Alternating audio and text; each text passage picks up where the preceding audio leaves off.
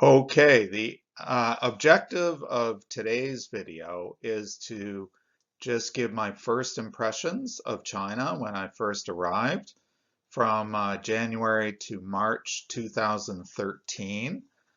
And last day I kicked off this channel talking about Xuanzang because I really like him as a historical figure from China who was also linking the Chinese civilization to Western civilization, at least Indian civilization.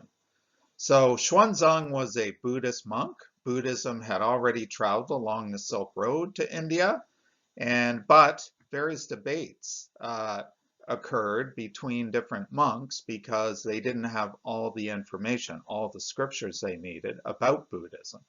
So Xuanzang wanted to rectify that problem and traveled to India in an epic 25,000 kilometer journey to India, around India, and back over a 16-year period. And about 10 years of that was spent studying under the abbot of Bodh Gaya. Bodh Gaya is where the Buddha, experienced enlightenment. So this all happened 1400 years ago in 658 is when he's writing this letter. So this is after Xuanzang has returned to China he brought a whole load of scriptures, but he lost some on the way. So I'll read it. The great emperor of the Tang, he's talking about the Tang dynasty at the time, is joyfully supporting Buddhism and ruling with justice and mercy, like a compassionate Chakrabartian, which is Sanskrit for great ruler.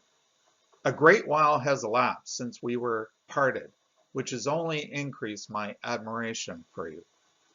I'm sending you my very best wishes.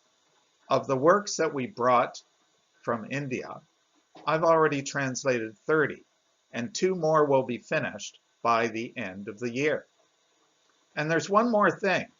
On my way back from India, I lost a horse load of manuscripts fording the river Indus. I'm sending you a list of the books in the hope that perhaps you can get them translated and sent to me. This is all for now. Best wishes, the monk Xuanzang. So, as I said, he studied under the abbot of Bodh Gaya and basically spent the rest of his years while in China just translating all the scriptures, Buddhist scriptures, which were in Sanskrit. So he was translating them into Chinese. And so he had lost some on the way, and so this is just a letter about that. So I really like Xuanzang again because he was connecting 2 different civilizations, which I feel that's what I'm doing, a modern day Xuanzang almost. And that he really kind of lovingly immersed himself in another culture. So this is a really sort of beautiful letter showing the connection between 2 different civilizations and Xuanzang admiring, at least the Buddhist wisdom coming from India. So on to my first impressions of China from January to March, just a short period, just to give you a sense of how it struck me coming straight from Canada in the West, Toronto, Canada. So January to March 2013. And so that's 8 years ago. As I mentioned, I didn't quite keep a diary, but I wrote down notes and posted them on social media, and I carefully, whenever I posted them, I would kind of research the background and be careful about what I was writing. Again, I was really, really cognizant. I was coming from a Western civilization going to an Eastern one, and I really wanted to understand the differences. And again, I had no real preconceptions. I just like Xuanzang, I just wanted to immerse myself and just discover a new culture with the idea of learning, not judging. And so anyway, so here's an excerpt from February 5th, 2013.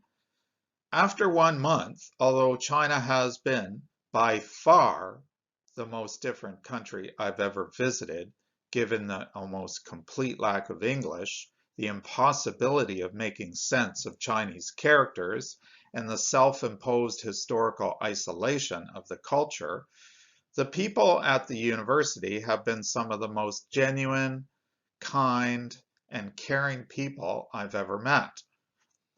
Deans, associate deans, and professors and their families have all been so unbelievably friendly and helpful, it's embarrassing. All this for me, I keep thinking, amazing. Okay, so I was totally overwhelmed by how kind everyone was, and as I mentioned earlier, it was so overwhelming that I was actually almost a little suspicious. It's like, I have to admit I was. So slightly guarded, just thinking, oh, what do they want? People can't be this kind. And again, like I've traveled to 40 plus countries. I have experience traveling, and China was so different. Okay, so just a little more background. It took me a month, but finally I found out how you get over the Great Firewall of China. You use a virtual private network. An American teacher told me that. And so I had access to the internet, and for most of the 7 years I was in China, I actually had a subscription to the New York Times.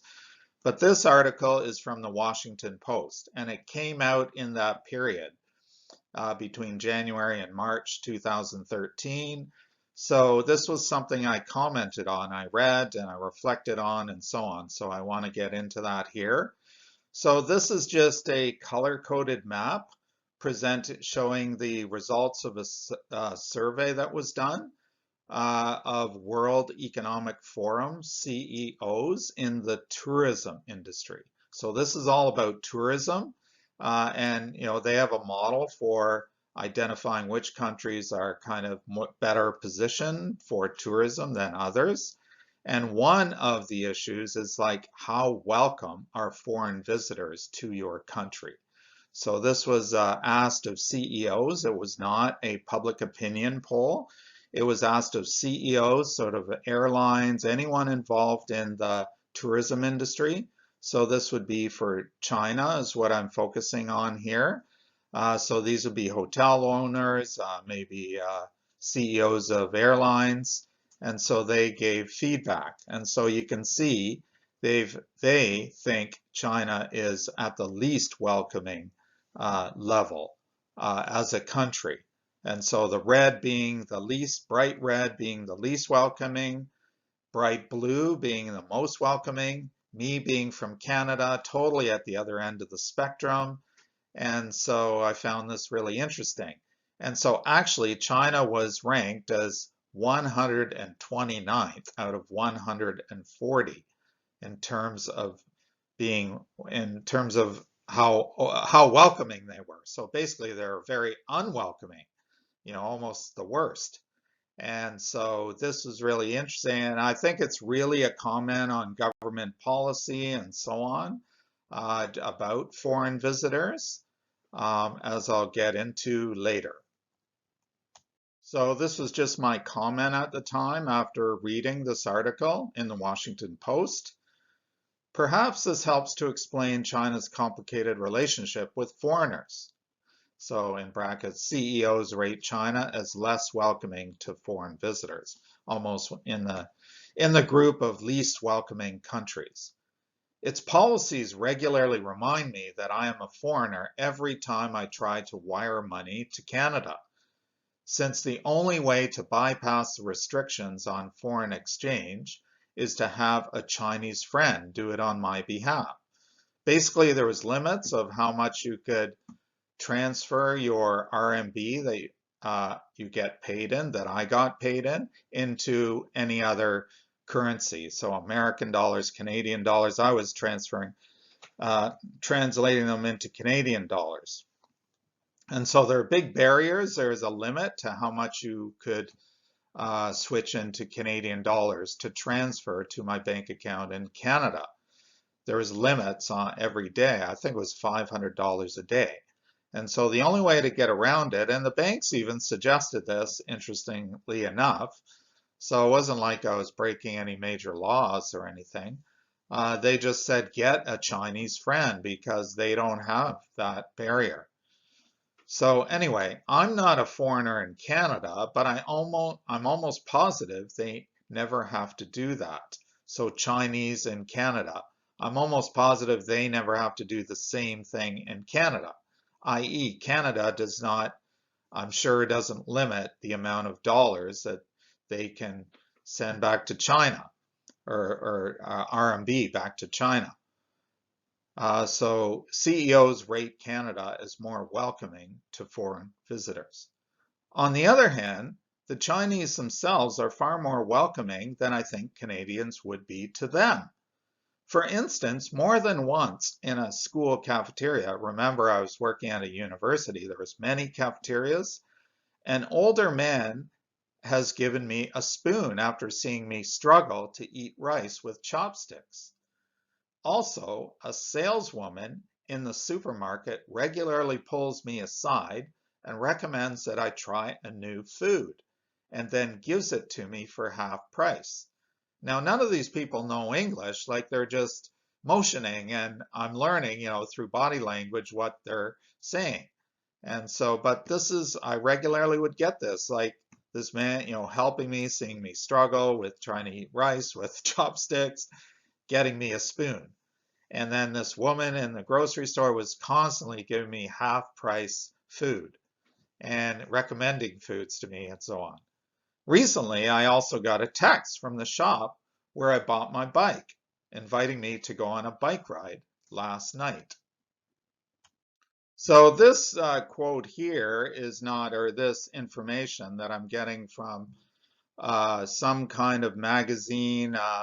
This is really about a Chinese student, female, in the US, who's writing a kind of note intended for other Chinese students coming to the US and just kind of warning them, just kind of telling them and giving them advice about how to settle into the culture. So this happened years later when I was teaching high school, because all the high school students, virtually all of them, were going to the US, to top universities in the US. And so anyway, I taught a course related to culture, and so I thought this was really interesting because it ties into the same thing we've been talking about how much China is actually integrated into the world. So this is called, Why Is It Hard to Make Western Friends? And so she's saying, this is quoting right from the article. In the eyes of a Chinese, foreigners are someone distinctly different and cannot be regarded as the same.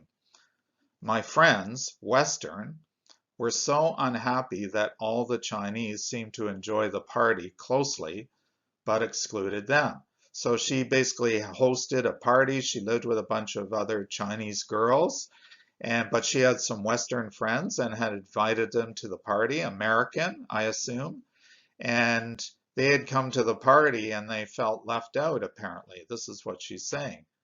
And then at the very end, she's got her advice. I would recommend my fellow Chinese, to be more daring and direct in social activities so as to make more friends and fully enjoy the life in the US.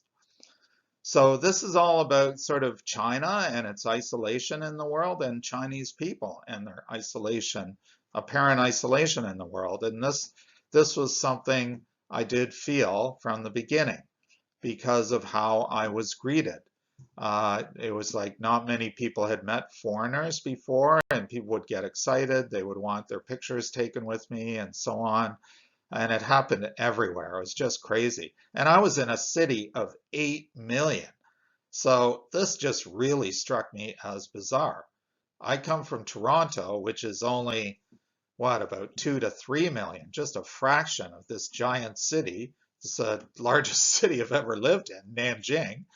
And Here you had in a city of 8 million, so few Chinese that had met Westerners, foreigners by then, that they were, begging to get their pictures taken with me, kind of thing. And so I think this all relates to how China's isolated in the world. There's something cultural all about this. It's probably the major theme. Now I put this in as just to try and understand, to try and make sense of what I had experienced. And so this is a book I read. I mentioned it a couple videos ago. I talked about key people and what they're saying about China. So this is by Martin Jock, who's a UK professor, and he's written a book called When China Rules the World. This is probably the most information intensive book of all of them. He's done a lot of work on this. It's really quite in depth. And so he really brings up this concept he calls the civilization state. So he's saying China is so different from all the other countries in the world. The idea of nation state doesn't apply. You have to think of it as a civilization state. And because China is becoming a world power and a leader in the world, this is going to shape the future of the planet. You have to understand, you must understand this concept of civilization state. So I've just taken a quote from his book. The Chinese regard themselves not primarily in terms of a nation state, as Europeans do, for example, but rather as a civilization state, where the latter is akin to a geological formation. So civilization state is like a geological formation of a state, in which the nation state represents no more than the topsoil. So nation state idea is too superficial for China. It works for European countries that don't have the extensive history that China does, or it works basically for the rest of the world, and least applies to China. There are no other people in the world who are so connected to their past, and for whom the past, not so much the recent past, but the long ago past, is so relevant and meaningful. So this is overwhelmingly, the history in China is unbelievable. You're talking thousands of years all the time.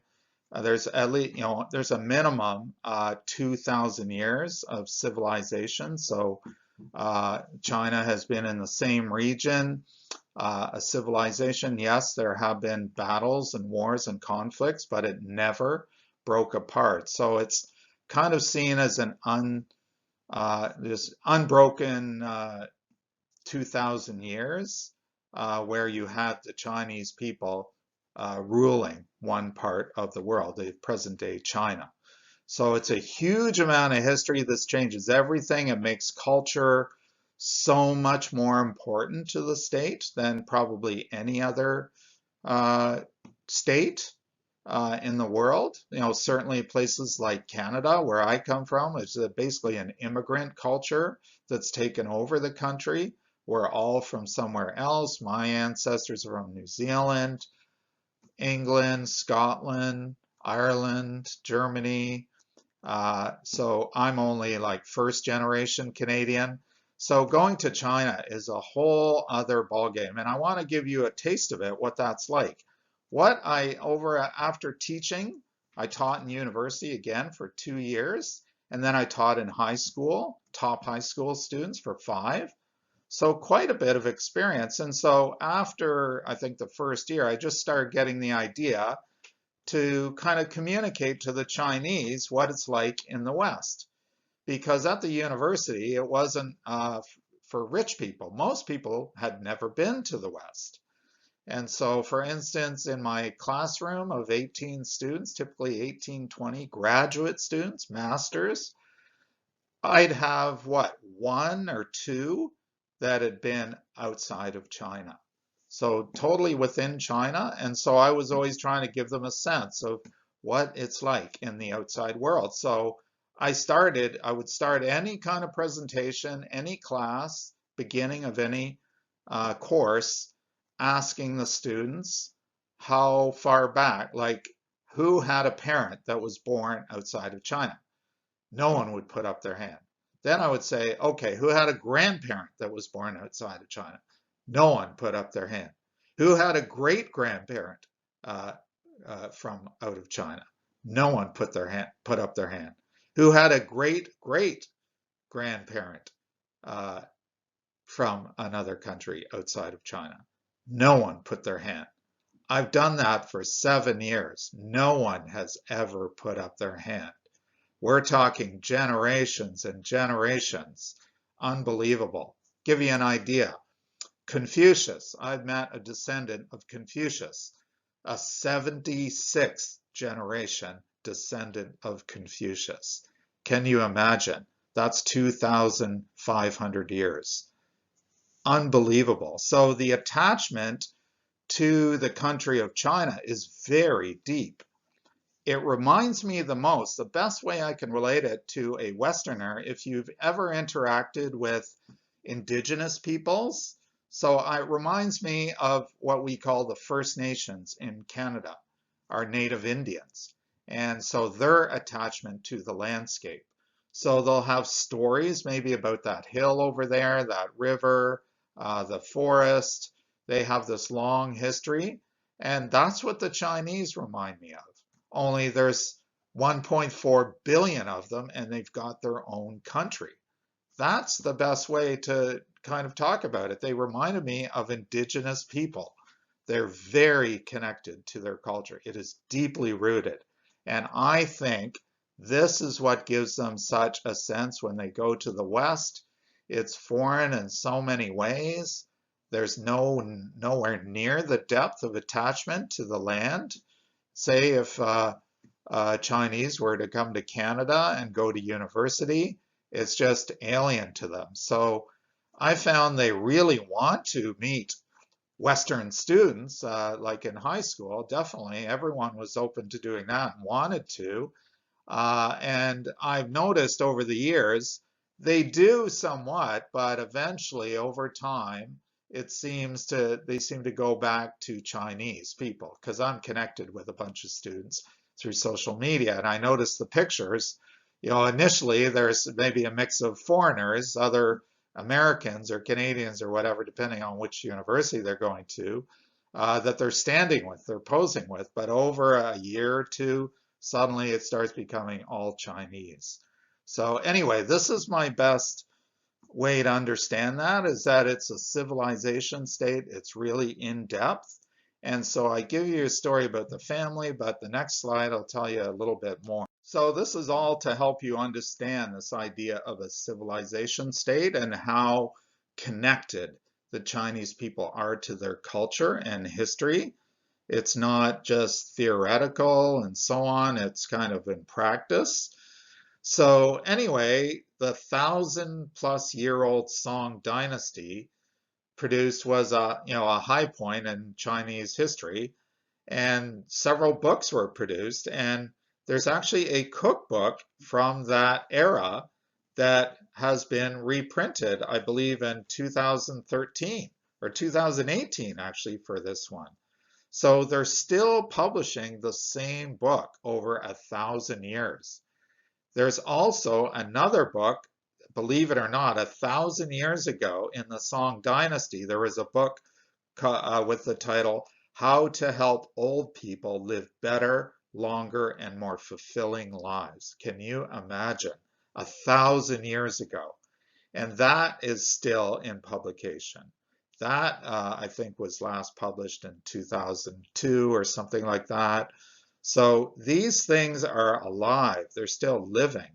They learn all about Chinese history, and which is very, long and varied and so on.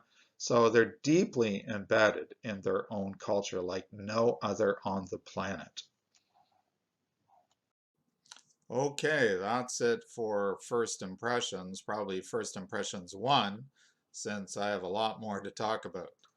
Anyway, I would really welcome any kind of comments. This is the kind of structure that I'm probably going to follow. It'll be a mixture of quotes, of There are little notes that I wrote to myself, sort of diary entrances, and then drawing on some literature or books or anything that back up the experience. So I really want the my experience, my actual experience to drive the whole thing. That's what's driving the topics and everything. And then I look for some kind of books or videos from respectable sources to see if I can explain what I experienced. So anyway, please give me some comments for anything I can improve or any suggestions.